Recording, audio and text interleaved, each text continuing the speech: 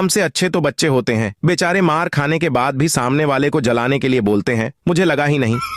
बात उन दिनों की है जब मैं स्कूल में पढ़ता था। घर वालों को मैंने मार्कशीट दिखाई जिसमें मुझे गणित विषय में 100 में से 90 अंक मिले थे। घर वालों ने मेरी मार्कशीट देखी, मुझे घूरा और दे धमाधम दे मुक्के बड़े भरोसे से कहने लगे, तुम इतने समझदार और पढ़ने वाले कब से हो गए हो? जरूर तुमने मार्कशीट में 9 के 90 करे हैं। 0 अपने आप बढ़ाते हो। बोल बोल कर मुझे धुनते रहे और मैं बेचारा रो रहा था, हाथ जोड़ जोड़ कर बोल रहा था कि मैंने 0 नहीं बढ़ाया, मैंने 0 नहीं बढ़ाया। मगर घर वाले कुछ सुनने के मूड में नहीं थे और मुझे लाल किए जा रहे थे। खैर, वो भी क्या वक्त था। बस उस वाकये को सोचकर इतने सालों बाद आज भी मैं यही कहूंगा कि मैंने 0 नहीं बढ़ाया था, मैंने तो 9 बढ़ाया था।